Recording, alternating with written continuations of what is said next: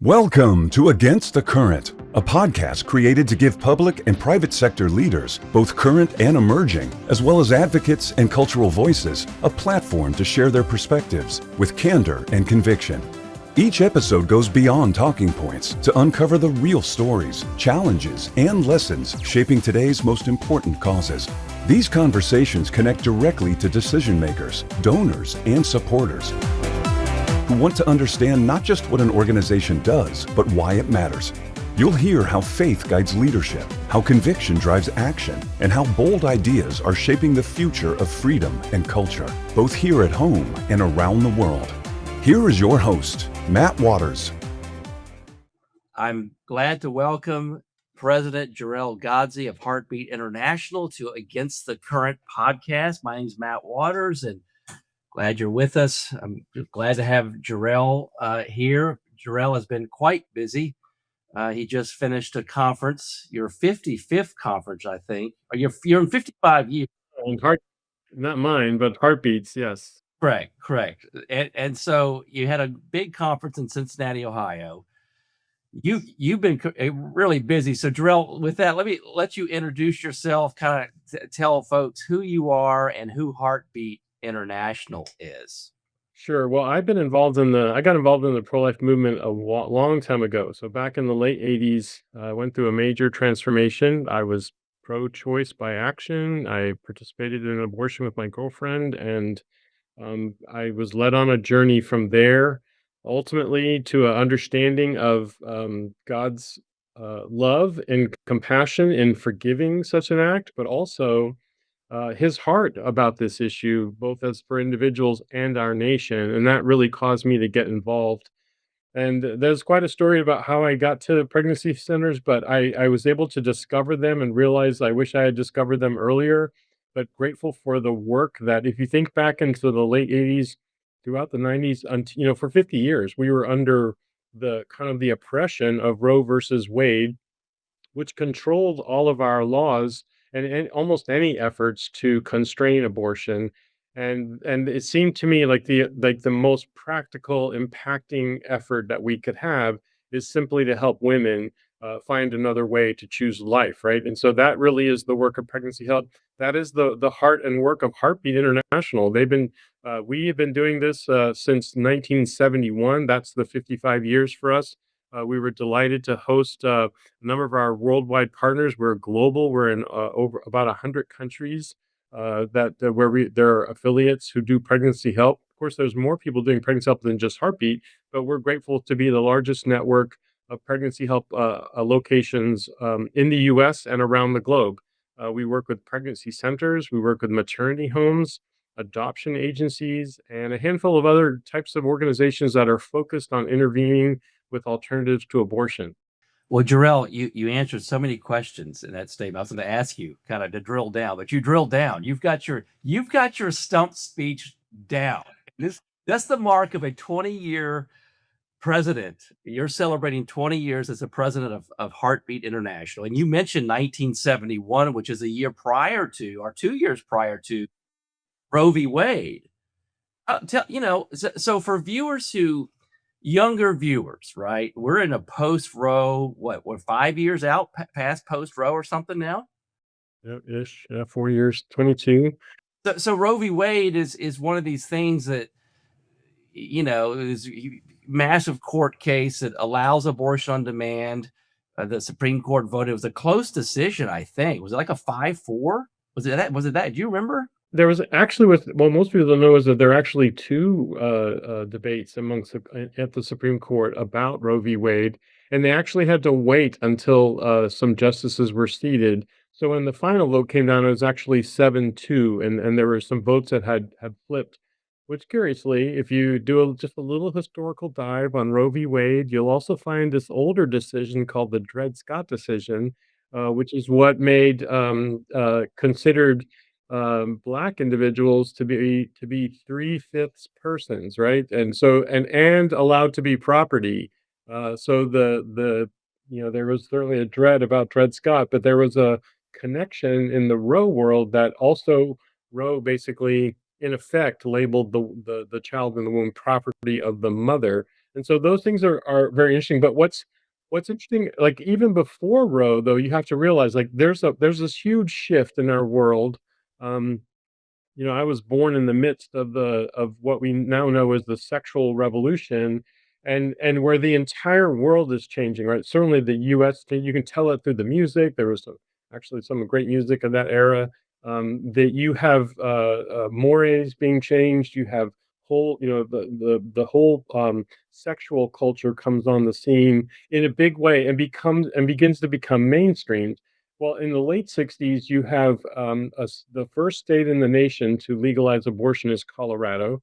Along with it is California, Oregon, and North Carolina, of all places, right? So very, very curious. West, and then it's one eastern state, and then over the next few years, a few more get added. New York, of course, gets added, I think in 1970.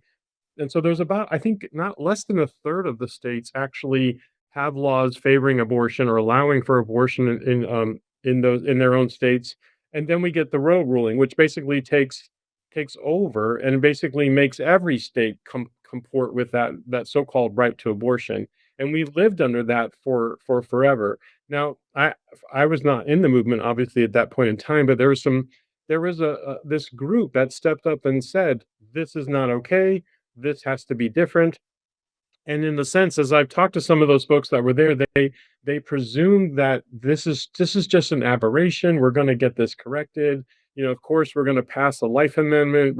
These are the values that we have. It's going to be simple. It's going to be done, but it's going to take a little bit of time. Of course, we didn't think it was going to take 50 years, right? We thought it would take maybe a few years to get it righted. But the women who are currently pregnant cannot wait for that to be rated. So they said, we need something for these women to be able to find their way to something different than abortion. And that is the earliest kind of understanding of the modern pregnancy health movement, which arises right there in the 60s. In 1971, we had a group that basically formed and said, hey, we need a group that kind of ties all that together. And that's Heartbeat. That becomes Heartbeat International. You were under a different name at the time. It was called Alternatives to Abortion originally, and then very quickly it became, I think Norway joined us and said, this needs to be not just in the US, but around the world. And so we became Alternatives to Abortion International, or AAI. We would have conferences back then, and we would call them the AAI Academy, which is the name of our kind of training arm here at Heartbeat International, as a nod, or as my son would say, he's big into saying the callback, right, to those earlier days. Well, we've had the pleasure, Jor-El, working together for quite a long time, and I gotta say, I mean, it's fascinating how this movement has so changed. Since 1973 Roe v. Wade, there was a thought that AUL, Americans United for Life, and others were looking for that silver bullet to overturn Roe v. Wade, and when that was going to be done, abortion would be done in America. Well, why don't you talk about that and say what happened when that, and talk about Supreme Court behind the scenes. You may or may not remember, for those of you watching or what have you, but those papers leaked out before the Supreme Court. Someone leaked them and said the Supreme Court is going to overturn Roe v. Wade, and there were death threats made against Supreme Court justices. This is how big this issue was.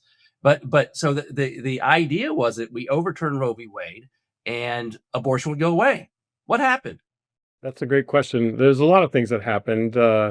One is the other side, the abortion industry has been preparing for this eventuality for quite some time. They've had the luxury. They multi-billion-dollar industry, subsidized by our own government until very recently, until this year, in fact, and as far as we know, only for this year at the moment.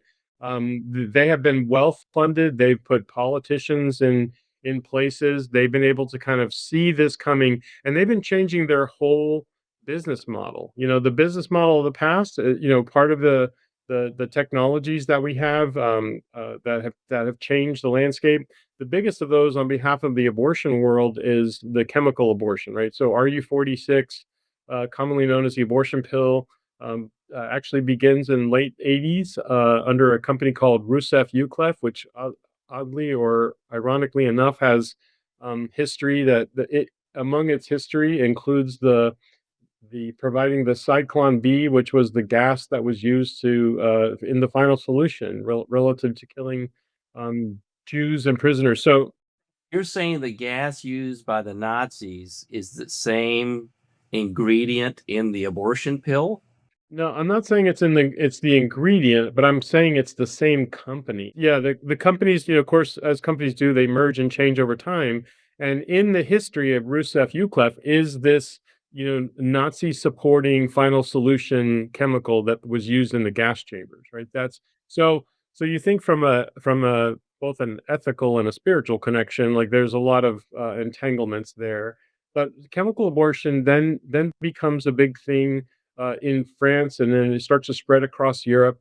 And then actually, it was they were trying to bring it to the U.S. And there's a big story about this, and I know only a little bit of the pieces, but I do know that there was some real pressure. But this was like the parting gift to the abortion industry by the Clinton administration on its way out in its final year.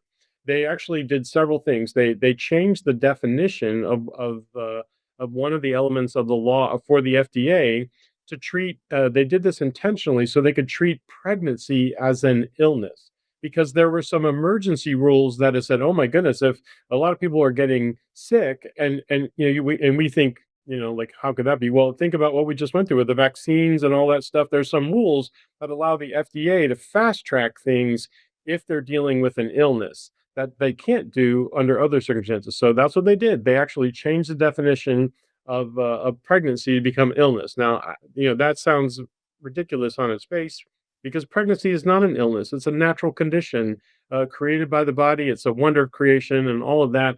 And so they made that change, rushed the rules together, and then they essentially approved the chemical abortion to be used in the U.S. And so we have it beginning in essentially it's in like year 2000, 2001. It starts to enter our market in a small way, and then that has grown significantly.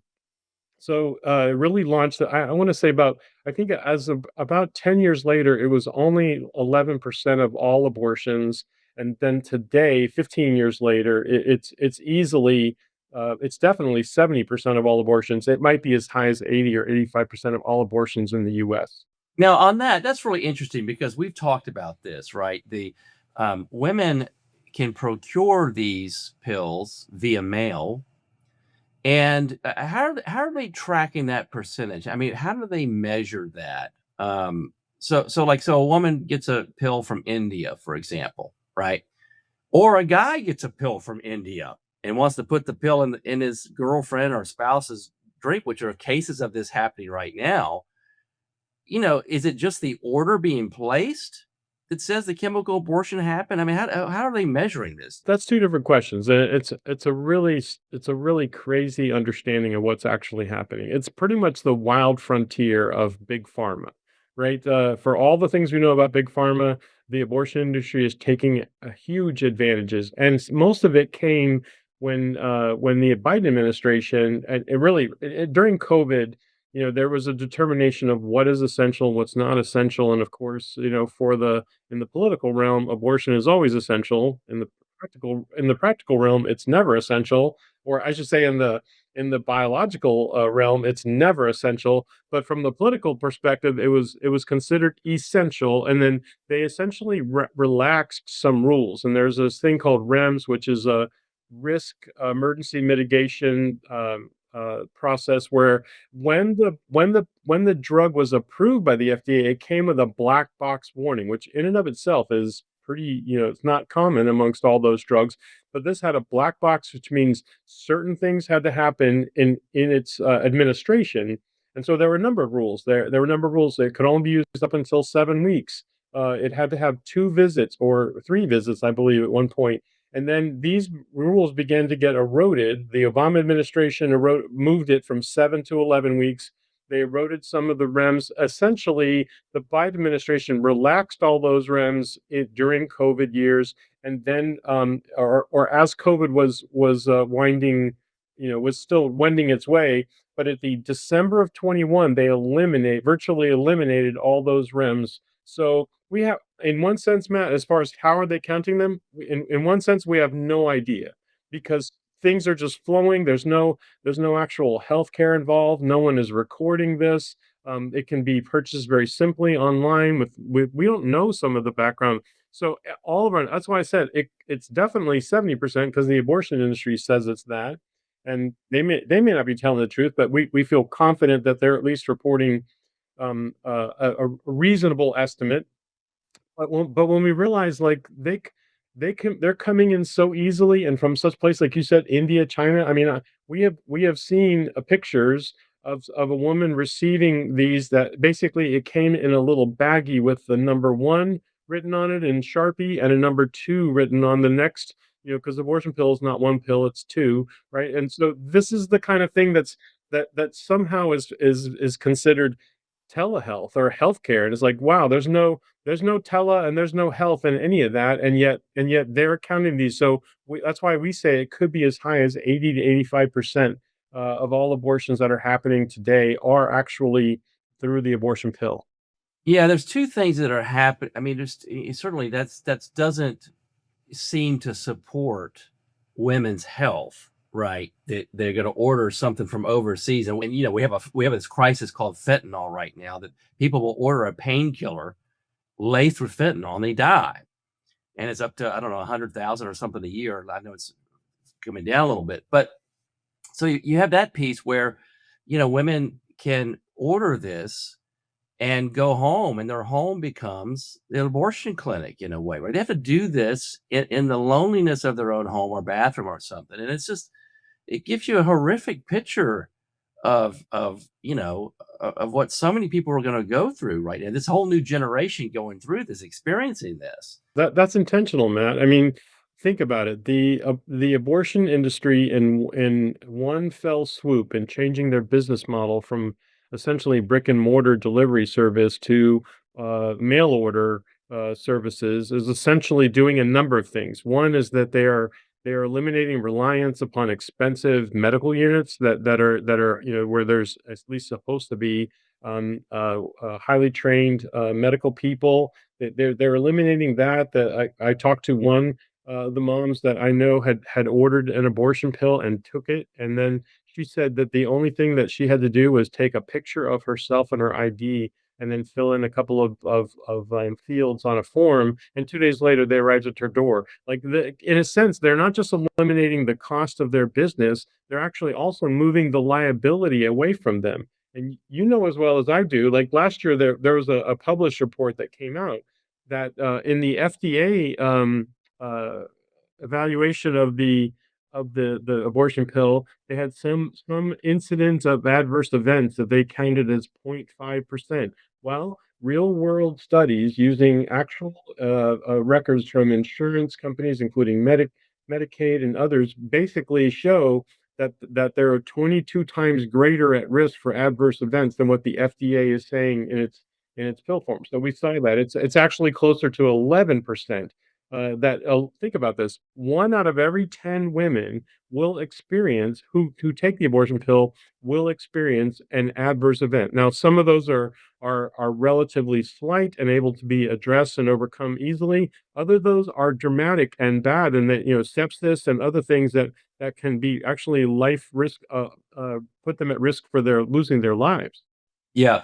So tell people how Heartbeat is addressing this. What is Heartbeat doing in this new frontier of abortion, chemical abortion, and the move away from brick and mortar? There's two real key things. One is we have been operating the Abortion Pill Rescue Network since 2018. A doctor in Southern California, Dr. Delgado, saw this happening. He actually was only the second doctor that we know of that ever used the abortion pill reversal protocol. Actually, kind of codified it. And by the way, abortion pill reversal is just progesterone. Like, we have T-shirts at Heartbeat, and our nurses have them that says it's just progesterone. And for the men in our midst, progesterone is what a woman's body produces to sustain her own pregnancy, right? So we basically are the abortion pill reversal is able to help her receive high dose of progesterone in order to preserve the baby even after she's taken that first pill. And if we are able to connect with her within 72 hours, the chance is as great as 68% of the time we can help her um, uh, reverse that abortion. So heart is you have the abortion pill reversal network, and how do they find you? How do women find you if they've taken that pill? How do they find you guys? Well, that's a story into itself, Matt. They can find us, and the women that find us do so because they'll put something in like, "Can I reverse my abortion?" And if they're diligent, they will get to our website. We have a website. We have a 24/7 call center that's able to do all of that. We have nurses who are well trained and understand the dynamics that are involved, and they talk with that woman and to make sure this is what we would encourage you to do. This is the path. If you want to do this, this is how you would do it. And then they will connect them with a provider, hopefully one that's very local to them, so that they can have follow-up care, as well as getting connected with a pregnancy center. So that's how they find us. And the ones that go after us and search and connect with us, we have a little bit of advertising, but we've actually been censored by big tech, by Google in particular, because they would say that that their suggestion is that abortion pill reversal is an unsubstantiated claim, and they use the likes of ACOG, the American College of Obstetrics and Gynecologists, who are abortion who favor abortion, right? So they're essentially doing the work of the abortion industry by casting aspersions on, again, progesterone, which is what a woman produces to help her own pregnancy. So, of course, more progesterone is actually helpful for her and could potentially reverse the effects of that chemical abortion. Yeah, I mean, I think about, that, how we talk about Trump derangement syndrome or whatever. There's almost this life derangement syndrome among, big pharma. They certainly stand to make a lot of money for this. I mean, if you cut that off and offer an option, they don't like it. They lose money, right? So I think money's behind so much of this. Um, and then add to that the fact that politicians don't like you a whole lot either. They're also up in arms about progesterone. Yeah, we have some that love us, and then of course we have some that don't at all, right? We've been tagged by the likes of Senator Elizabeth Warren. We've been attacked by not unsurprisingly from abortion state senators, abortion state AGs have attacked us.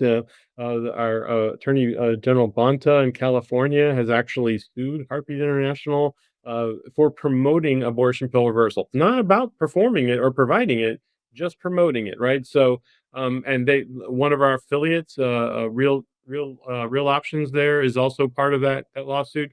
And not to be left out is Letitia James from New York. She decided, hey, if California can do this, we can do this too. And so she did one better, actually 12 better. She grabbed 12 Heartbeat affiliates in New York State. And then also Heartbeat International. So we've been in a couple of these lawsuits for a couple of years now. We saw Colorado directly attack the provision of abortion pill reversal through one of their laws that was beat back thanks to a federal judge there, Judge Domenico. Great ruling on behalf uh, of of progesterone and the opportunity. Every woman should have the right to continue her pregnancy. Like that.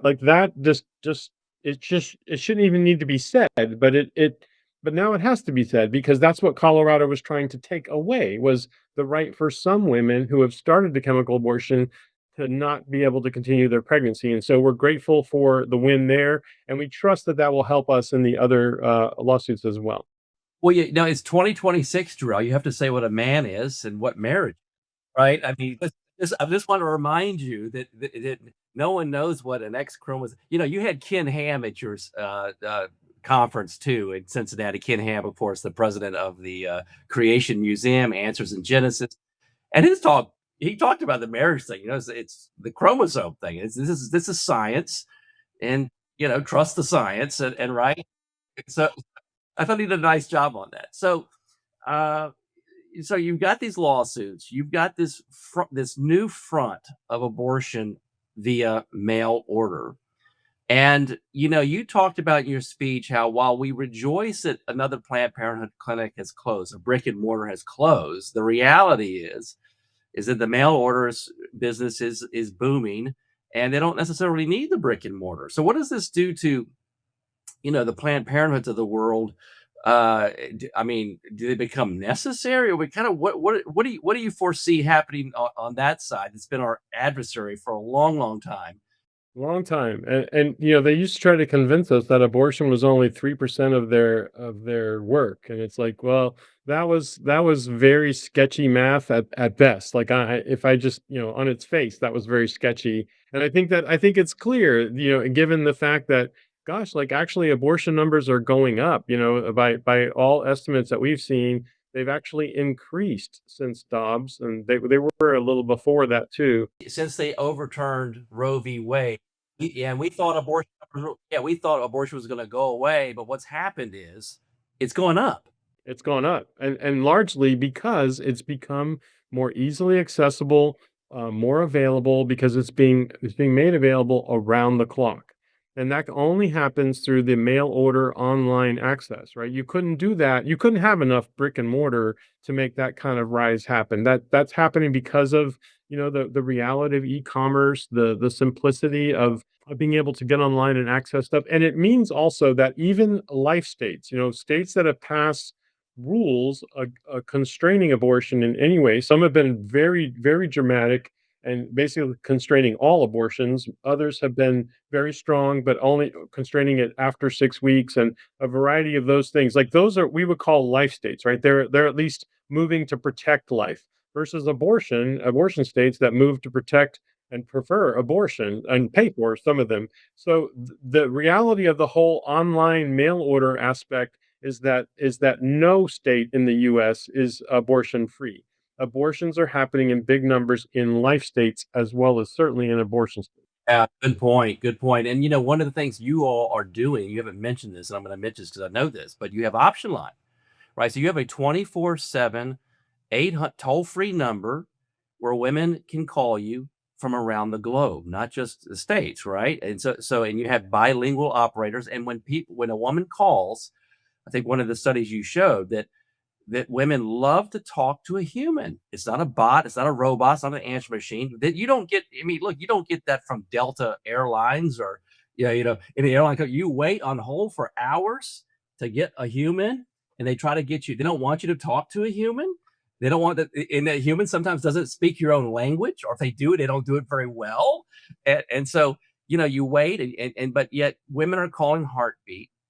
They can search it up. They can search and they find the option line toll-free number where you have people who are real people 24/7 on Christmas, on New Year's, and you've just had a record year. We did, and now we use all those tools that you just mentioned. We have some digital ways to find. There's a whole idea of the shopper today is a DIY shopper, right? They want to do it themselves. They want a self-serve option, and so we want to help them if they want to find their way towards a positive, life-affirming choice of pregnancy help. We want to help them do that. If we want to help them just, and if they're not sure that's what they want, they still can find their way to someone that will simply walk through their options, walk and help them understand. And that's the beauty of that we have, is that we work with those 4,000 locations around the globe. More than 2,000 of them are right here in the US. And so when someone connects with us, we're going to connect them with that local pregnancy help. Now, what's been interesting, like you said, we had 2 million of those last year. Now that was crazy. 2 million visitors or 2 million. Well, we had 2 million connections that we made. We helped individuals find a way to get to their local to get to pregnancy help near them. Now, the what's been interesting is we were told years ago as the iPhone become or the smartphone becomes a thing, that all of this digital stuff is going to be key, and it has been. But here's what's interesting: we are finding, and the research outside of us is proving this out, is that the more something is urgent to an individual, like a health matter that they're experiencing, which would be the case in an unplanned or unintended pregnancy, the more they actually want to talk or converse with a real human, right? So that's key. That's key. And so, yes, we need to have all of the digital tools. Yes, we need to have chat. We need to have text. We need to have DIY self-serve pathways so that they can get to where they're going. But at the same time, we need that warm voice, that warm person on the other end of the line, either a phone call or chat, who is a real person. Because that's one of the interesting things is in this study. Again, this is outside of us. We're actually been getting information from other call centers, that are inbound, outbound call centers, and that's what they're finding is that the more it involves, the more urgent it is to them, the more they want to talk to someone live because at that point they don't trust whether it's AI or not. AI is getting so good that it's not as easy to spot. They want to confirm that they're talking to a real live human being, and that makes great opportunity for our team, for pregnancy help folks everywhere they are to step into that because that's exactly the thing that we champion. Because this has been said by my predecessor and others, the very best alternative to abortion is another person, right? That is that someone who steps in and says, you know what, you can do this. And whether the person in that situation is a believes in God or not, then usually we know like God will help you with this. We're confident in that because we're confident in God and we're able to kind of give them that belief that they can do it. Yeah, and you mentioned that. So there's a God quotient to everything Heartbeat does, right? I mean, you're informed by your Christian faith that human life is sacred, of course, and that is informs a lot of the women who answer the calls have actually gone through crisis pregnancies too, right? Additionally, they can say, "Hey, I've been right where you are." And a lot of them are called to the ministry because they feel a call to help others who were where they were. And I think that's an additional, hey, you know my situation, you did it.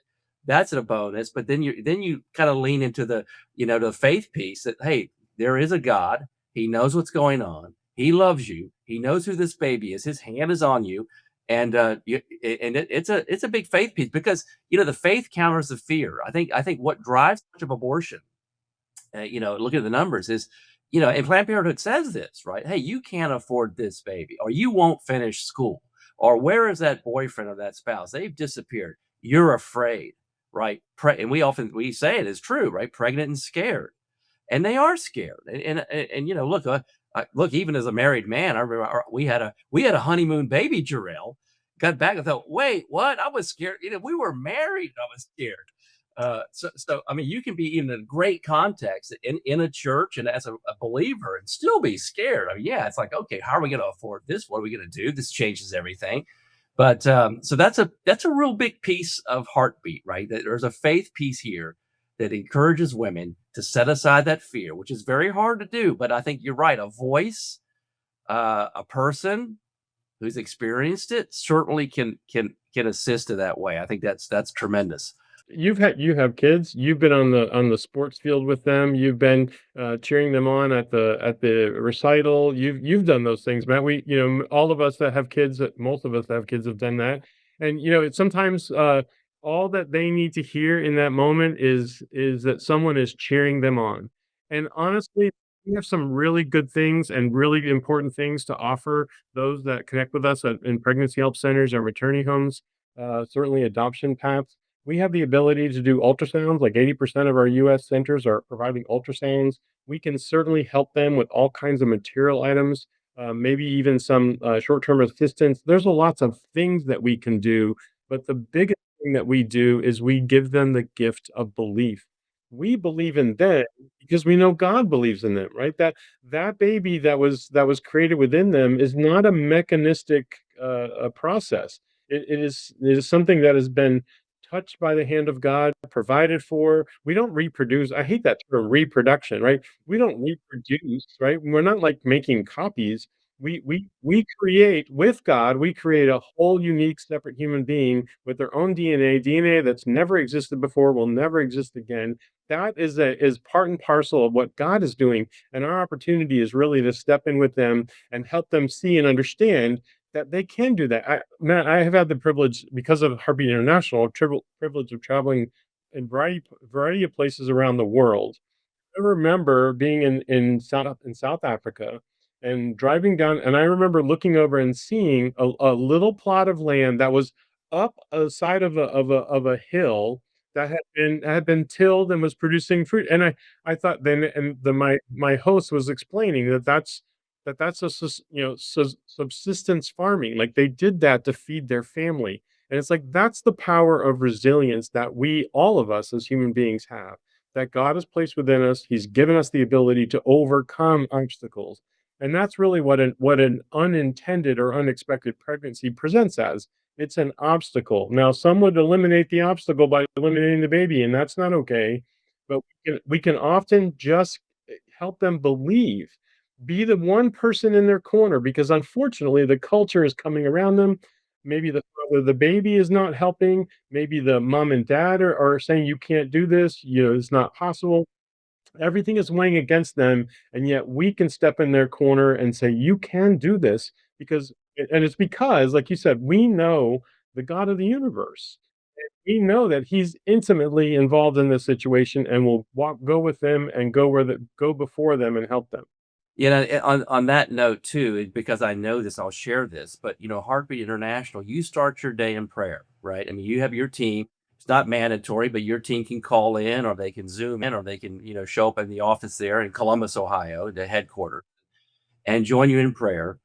And you pray for all manner of things. You're praying for your pregnancy centers. You're praying for lawsuits against you. You're praying for women coming to the clinics today, um, and I think of I think it was the Romans that were the Christians in Rome that were catching the babies as babies are being thrown over into the, I forget what river it is, some river there, and we're sort of doing the same kind of thing, right? I mean, it's Christians who are standing up saying, "No, we believe in these babies. We believe in life. We believe in the woman and the man, and we know something sacred is this is sacred." And Jarrell, we not only is the United States, but globally, there's a massive, big thing called population decline. I mean, of course, there was a book written. The gentleman who wrote the book called "The Population Bomb" or whatever just passed away. And he's sort of remembered for that book, as he should be. And he said, we're all going to die, and there's not enough land or food for anybody. Well, now we have exactly the opposite problem, right? Where the French and all of Eastern Europe, a lot of Asia, Chinese particularly, we know why with the Chinese, because they instituted a one-child policy. In fact, I just read the obituary of the woman who ran that in China. She's one of the top people in China. She just passed away, and she said in her final day, she regretted what she did, aborting millions over in China, mostly girls. So they have this massive, big problem right now, right? You have all these men who don't have anyone to marry. And if you don't have, and there are no girls, you're not going to reproduce, have babies, reproduce, right? Not to make it clinical, but you're just not going to have a population. So I just wonder, you and I talked about this. Maybe we're not too far away from that life amendment after all. Yeah, that's fascinating. Because this, and we were talking about this earlier. When you have things that relate to the abortion issue, you mentioned it as a derangement syndrome, but we've called it for years the abortion distortion. Right? It distorts everything it touches. It distorted the case that you mentioned, the leak. That, like, how many times did that happen? Never, until it's an abortion issue.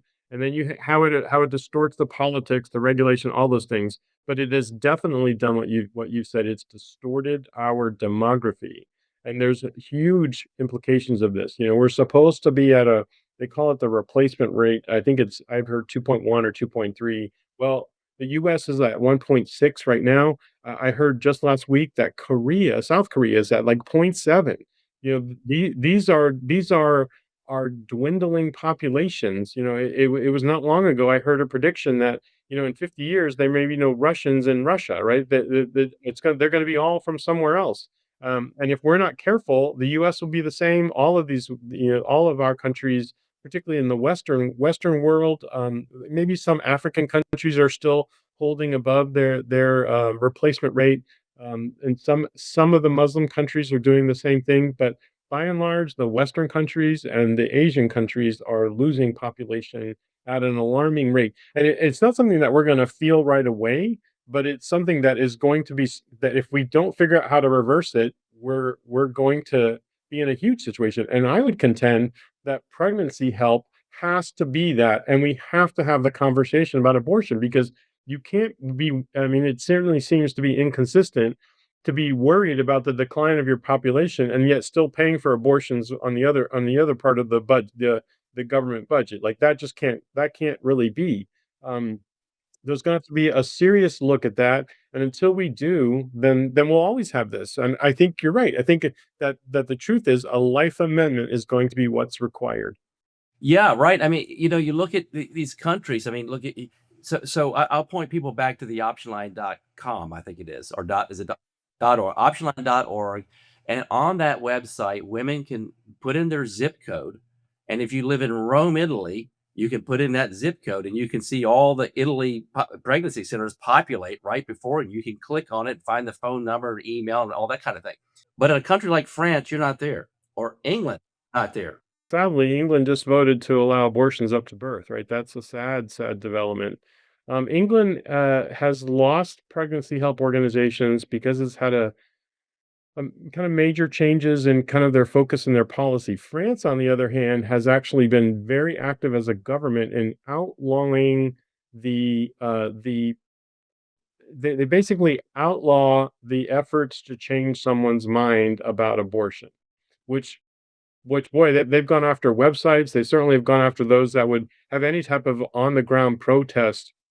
And so a pregnancy help center, for instance, like we would know here in the US, would be hugely exposed if it was sitting out as a storefront with a or a building with a sign out front that said, "Yes, we're here to help you change your mind." Like that would be against French law. We had the same thing when we had the one child policy or the two child policy in China. Essentially, now, you would have a pregnancy help effort would actually be working against a government policy which put those individuals at risk of being arrested. Now, we don't feel those kind of tensions, but for our friends do. Friends in China, friends in France, friends in these other countries where the laws actually work against the kind, compassionate effort of pregnancy help, helping women find a way to say yes to their baby. I think this is one we're gonna this is front page news almost every day about population decline. I mean, you can't read an op-ed or flip through a website and not see this issue coming up again and again. And governments are trying to do it without a life. I mean, what they're doing is they're trying to pay women to have babies. They're doing tax incentives, all these economic incentives that aren't working. They're just not working. They're not working, and that see that we have some people in our own pro-life world that think that that's how we're going to fix this. So we're going to be better at addressing some of the issues that women encounter, and that seemingly drive them towards abortion. And while there is a truth to that, it is not the truth because, for instance, I mentioned South Korea is at point 0.7. South Korea is not a nation of poverty. It's not like, Ghana in Africa or Burkina Faso, where they have 60% unemployment. South Korea is a very well-developed nation with a solid GDP. That's, yes, do they have some poverty? Sure, every country does. But by and large, it's a wealthy nation and they're not having babies. That's so it's culture and it's also a worldview question as well. Whose world are we viewing? Are we viewing God's world? Are we viewing our world? Does it really matter, right? All of those things play into this bigger conversation. Yeah, I think you're exactly right.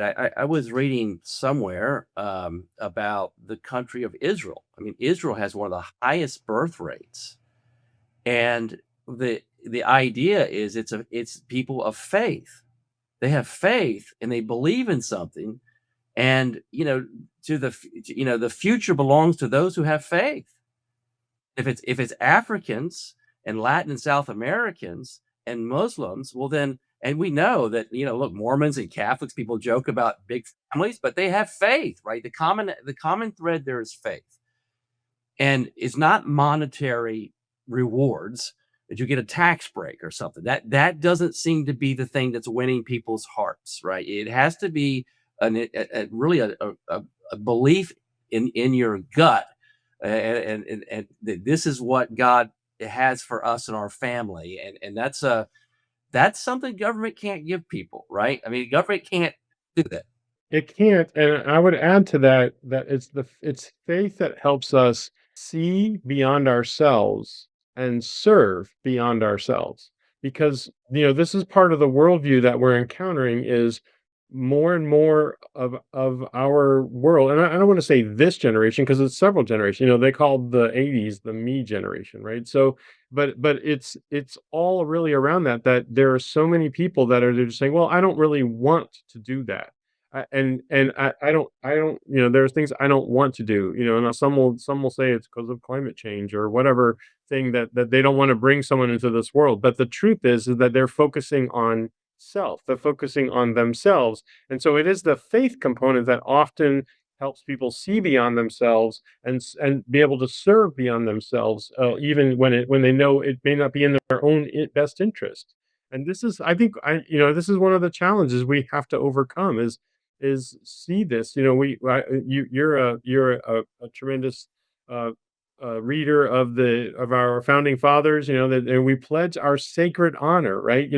We combine together to see this and form this more perfect union. So we for the sake of the future. But too many of us, and look, I have my moments as well, where we begin to look and like, no, I don't want to do that. I kind of like the way things are. I want them to stay the same for my benefit, and that's where we lose sight of what it really means, kind of our place in the generations, and what it means today for what happens tomorrow. Yeah, that's a really big piece, right? Dietrich Bonhoeffer wrote a book called Life Together. I think it's his best book, and it's about how Christians are supposed to do life together. It comes around the communion table, forsake not the fellowship of believers, all that sort of thing. And it's an idea that we don't live apart and alone. And Christianity strikes right at the heart of this nihilistic me generation you mentioned, and it calls us out of ourselves because left to our own devices, to your point, we're gonna just sort of be stuck in ourselves, right? It's uncomfortable to get out and to do the things that Christ calls us to do. And yeah, so I think, but you have a network of, folks on the phones, folks at pregnancy centers and adoption agencies and maternity homes. And it must be, I mean, how big is your network, would you say?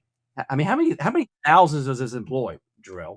That's great. So that's a great question. I don't even know the answer to that question because we work with so many.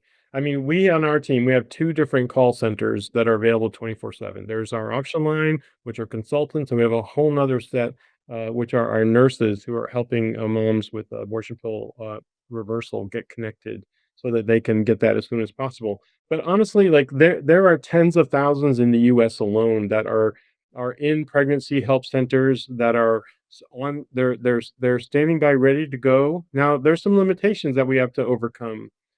Matt, one of the challenges that we've been talking about is like we're really, really good from 10 in the morning until 4 in the afternoon, and then we go home like the bankers do, like that.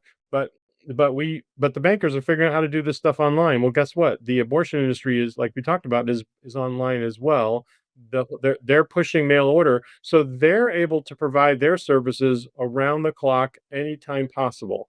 That they're able to do that. We, on the other hand, have become very, very effective, but only in a narrow range in the calendar and on the clock, right? So we really need to get our thousands, and we need to get even more thousands of people to get involved. I said this, I made this point to our folks at a previous conference that here's the good news is that we need more people available in the evening hours and the weekend hours, but we may not have to leave our houses to make that happen, right? We can do all of this virtually because apparently God decided that the whole globe needed to be trained on how to do things digitally from our desks or our homes, and we all have some sort of training to that effect. Now we need to bring our kind-hearted compassion and be able to use tools like we're using to be able to connect with people across distances and share the love that God has for them by sharing the love that God has already shown to them, and the fact that they're pregnant, and the fact that that's God's gift, right? He is the giver of life, and that is the gift of life that we are celebrating and we are championing. So we do that really, really well in the counseling rooms inside of pregnancy centers and in journey homes. But we're going to need to do much, much more in using our digital tools to bring face to face or in-person conversations around the clock. We need to get better, in particular after the hours and the hours in the evening, because that's when many women are sitting with an abortion pill maybe in their hands that are so easily to access, and they're making a decision about life and death. And we need to bring ourselves to that moment, not just wait till they come into our building. Right, right. So be more proactive. Right. I get it. So Jarrell, on that note, you talk about the women who call us during the odd hours, that sort of thing. Christmas time, for example, is a high mark. I remember seeing this in some of the numbers, and during the holidays, right? And that's when our centers are closed. A lot of people are closed for the holidays. How do you, as you make this transition, what's your call to? Is it just for more volunteers? What is your what's your call to folks out there? Well, it's layered, right? So our call is that we need to be really have a greater mindset for bringing our services into that moment. Now, sometimes that needs to we need to take the step that needs to be a paid staff member, that needs to be someone, maybe that needs to be a nurse who can really speak into that situation. So from a pregnancy help organization, we need to be thinking in terms of budget to make that happen because that's often only the way it happens.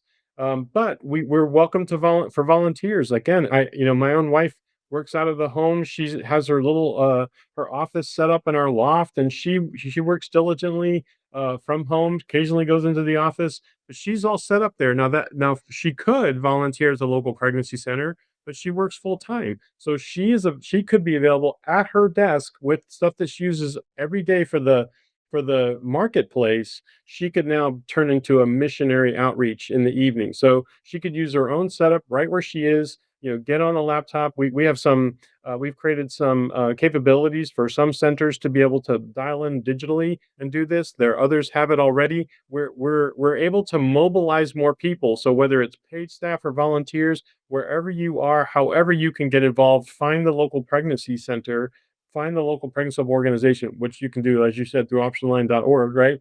Find them and say, how can I help? This is what I can do. How can I help? And training is available. All of those things are available. We need a new wave of virtual missionaries to join the pregnancy help movement in a big way. So I want to end on this note. And this is the final big question, Jarrell. How in the world did you get your name, Jarrell? Well, I get this question all the time, Matt, and some people think it was grandma and grandpa's name shoved together. I am a son of the South, but that's not where it came from. It actually comes from comic books. It comes from the story of Superman. I am named after Superman's father, so it's a Krypton name, and I've had a lot of fun with it. And all of my kids have Superman names. Oh, that's great. So, okay, and the kids' names are. Oh, well, yeah, my oldest is Jared. His middle name is Kal-El, which is Superman's name on Krypton. My daughter is Kara or Kara, which is Supergirl. And then my youngest is Joel, but his middle name is Kent, which we, of course, probably know best. Uh, I love it. So I knew about your name, but I did not know about your kid. You inserted that there. So you're keeping the tradition alive. That's right. That's right. We've had a lot of fun with it. That's fun. That is fun. Well, look, tell people how they can get to Heartbeat International to support you, to volunteer, to donate. Well, you can always find us at heartbeatinternational.org. That's our kind of public facing website. For those that are in the pregnancy help movement, you can find us at heartbeatservices.org. That's more geared towards those who are already involved. But you can donate through either one of those portals. Just find the page, find the link. There's a lot of different ways to support us and different aspects of what we do to connect with, to provide support. We encourage you to do that. But the one website we've already said many times, I want everybody to walk away with is optionline.org, because optionline.org is a great place. Like if I'll often find myself asking, like people asking, what can I do? And so I always say three things. The first thing is you can just be aware. So go to optionline.org and be aware of who's near me, because our little map like will tell you who's the 10 closest. And you can just know, and then so just be aware, because that's information all of us should be walking around with. Every one of us should walk around with, where's the closest pregnancy help organization. Yeah, almost as well, be ready to have an answer, right? Yeah, that there you go. And this is one. So we are aware, and then affirm, right? So stop by, say hello, thank you for doing what you're doing. Maybe bring in some items to donate for them. And then of course advocate would be the next one. Jump in and get involved, advocate for them or get involved with them and advocate with them. Yeah, and what do you need? I mean, what does someone need who's never done this before to walk into say, "Hey, I want to volunteer. I've never done this." I mean, there may be some resistance to doing this sort of thing. Can a guy do it? Can a guy do it? What say you? Great question. Well, let me answer the first question first. The what do we need? This has been the question that's been asked for 50 plus years, right? Yes, the trained counselors, licensed counselors know well how to engage someone, but we've actually been able to create something called the love approach. Every pregnancy help organization has an kind of an entry level.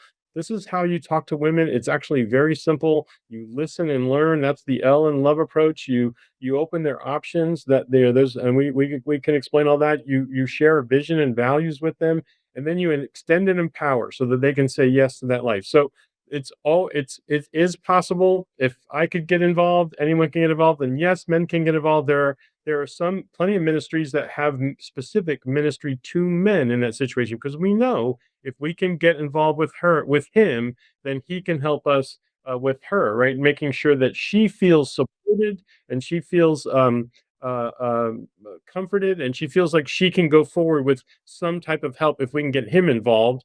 And sometimes he's the problem, and we need to help. Often he's the problem, but sometimes we can help turn him around, and help him be supportive of her. And then if there isn't an existing men's ministry, you step in and say, you know what, maybe the Lord is calling you to do that and join, because we need to get to the men as well. This is not just a women's issue. This is also a men's issue, right? Men need to step up and provide and protect in all these situations. I remember working with a center down in Birmingham, Alabama, called the Lovelady Center, and Brenda Lovelady bought a hospital, and she would take women who were coming out of prison and put basically it was a time she commonly called a halfway house. She said it's a whole way house. But I remember the pastor there, Jarrell. He said, behind every one of these broken women is a man. And I thought, man, that was, they'd been sold into prostitution, or they were dealing drugs or selling drugs or what have you. A man was controlling and behind the scenes in most cases, right? And I thought, wow, what a nightmare. So I think your call is a good one, that men do get involved. Don't be afraid to be involved. Um, and it sounds to me like anyone who's friendly, right? If you're a friendly person, you can learn this. And to your point, that we want to encourage people to step out in faith and make a decision for life. And it doesn't take much, honestly, to do. The Lord can use anybody, right? That's exactly right. And it's one of those things where you don't necessarily get thrown in the deep end the first day you walk in, right? That you go where it goes. Some people don't want to have that direct kind of contact with individuals. There's plenty of things that they can find to do. And when it comes to the men, the men in our culture, and I think many cultures around the globe, have been basically told there's only one right answer to the question, and that's whatever you want, honey. And it's like that they've been essentially pushed in and beaten into kind of submission, that it is the woman's choice completely and utterly. And while practically and legally there is truth to that, there is a reality that God has still put something on the heart of every man to provide and to protect for their children, and they need to be stirred to that action, to act upon that deep conviction, which I believe God writes on every one of our hearts. Yeah. Well, with that, Jor-El Godsey, thank you for hopping on today. We appreciate you. I feel like I was drinking from a fire hose. You have so much in having done this, I'm learning things even today. So that's terrific. I feel like there's a million things we didn't talk about we could get to, and maybe next time we'll do that. So again, thanks for joining me. Thank you, Matt. Against the Current podcast requires more than a conversation. It takes action, research, and collective wisdom. If today's episode resonated with you, we'd love to hear your insights. Join the conversation and help us shape the future together. We'll be back with more stories, strategies, and real-world solutions that are making a difference for everyone. In the meantime, be sure to subscribe, rate, write a review, and share it with someone you think would benefit from it too. Thanks for listening, and we'll see you on the next episode.